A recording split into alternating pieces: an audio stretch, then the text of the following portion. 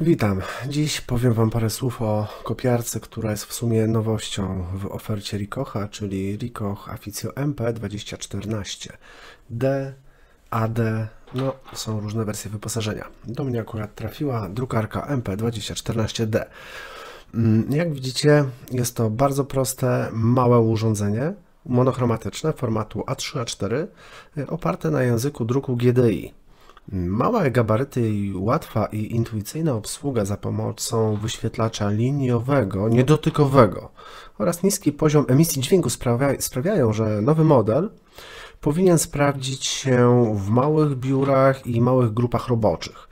Urządzenie MP2014 drukuje oraz kopiuje z prędkością 20 stron na minutę, a także posiada w standardzie moduł drukowania dwustronnego, czyli duplex. Ale uwaga, standardowo dostajemy urządzenie z klapą.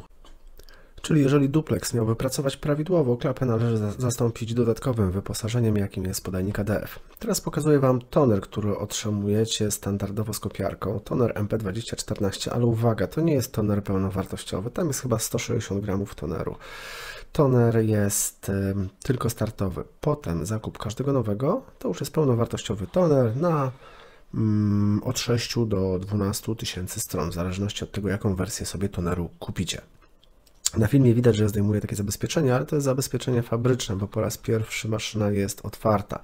Wymiana toneru jest dosyć prosta, bo zdejmujemy standardowo, jak w Ricochu, nakrętkę zabezpieczającą, kładziemy toner na łoże toneru, zamykamy łoże, klapka zielona w dół, czy też rączka w dół i maszyna jest gotowa do pracy.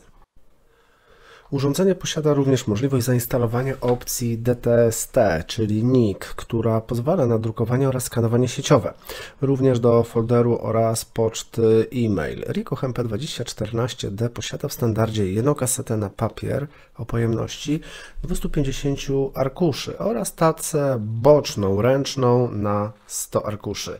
Standardowo w pudełku z kopiarką dostajecie kabel, kilka instrukcji, deweloper oraz toner. No i logo Ricocha do naklejenia na przednią klapę. Jest jeszcze kilka instrukcji dotyczących instalacji, ale jest to tak proste urządzenie, że nie warto o tym wspominać.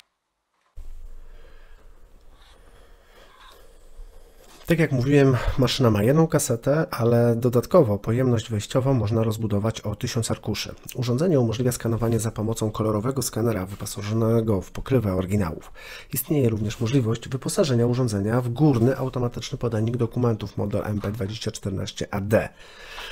Główne cechy tego urządzenia to drukowanie GDI, kopiowanie oraz drukowanie z prędkością 20 stron na minutę, wbudowana opcja druku dwustronnego, czyli tzw. duplex, standardowa kaseta na papier 250 arkuszy plus taca ręczna o pojemności 100 arkuszy, możliwość rozszerzenia pojemności wejściowej papieru do 1000, czyli dwie kasety po 500 arkuszy.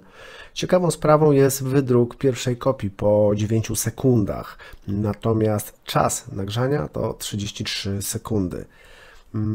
Skanowanie dokumentów tożsamości na jednej stronie arkusza, czyli ID kopii, jest dostępne z opcją NIC. Ricoh zapewnia, że jest konkurencyjny, jeżeli chodzi o koszt utrzymania TCO.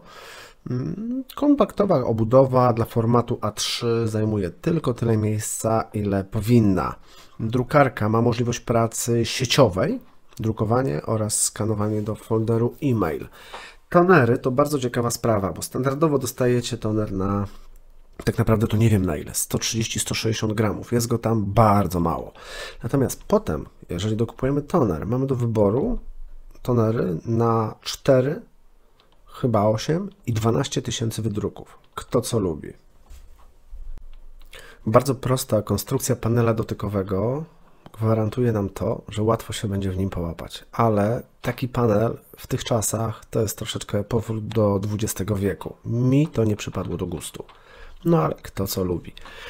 Teraz pokażę Wam, jak w prosty sposób wyciągnąć moduł bębna. Moduł bębna wystarczy na 60 tysięcy wydruków. Potem trzeba go rozebrać, wyjąć bęben, listwę czyszczącą, wałek ładujący i deweloper. I wszystkie te 4 elementy, które wymieniłem, należy zastąpić nowymi. Na 60 tysięcy jest również... Co jest jeszcze również na 60 tysięcy? a rolka pobierania papieru i separator po 60 tysiącach, one będą sprawiały kłopoty. Maszyna będzie źle pobierała. Jak dla mnie jest jeszcze jedna rzecz, która została przemyślana widocznie przez Ricoha, ale mi osobiście się nie podoba. Chodzi o otwieranie prawej pokrywy. Do tej pory prawą pokrywę otwierało się najzwyczajniej w świecie, od góry do dołu. Teraz jest to klapka na zawiasach umocowanych w tylnej części urządzenia. Żeby otworzyć boczną klapę kopiarki, należy najpierw otworzyć tacę bypassu. Bzdura, no ale tak jest. Jest to urządzenie, które tak naprawdę zastępuje znane i lubiane maszyny MP2000, MP1600. Została ta maszyna zmodyfikowana, na pewno poprawiona. Co ciekawe, standardowy model nie ma nawet czujników rozpoznawania oryginału pod szybą, ale ma kolorowy skaner, no więc coś za coś. Jak rozkłada się moduł bębna i wymienia elementy w tym zespole, pokażę Wam w oddzielnym filmie. Tutaj widać wałek transferowy, który jest przewidziany do wymiany co drugi moduł bębna, czyli co 120 tysięcy kopii. Co 120 tysięcy kopii musicie również zrobić remont pieca. To jest ten element, który teraz dotykałem. W piecu musicie wymienić wałki, łożyska, separatory, termistory. Czyli co 60 tysięcy remont podstawowy, co 120 tysięcy remont rozszerzony. Koszty nie są duże. Remont po 60 to jest jakieś 500 zł, po 120 około 1000. Samo urządzenie można kupić na Allegro za 3-4 tysiące. Cena super. Nówka sztuka. Pozdrawiam. Ja to urządzenie generalnie polecam.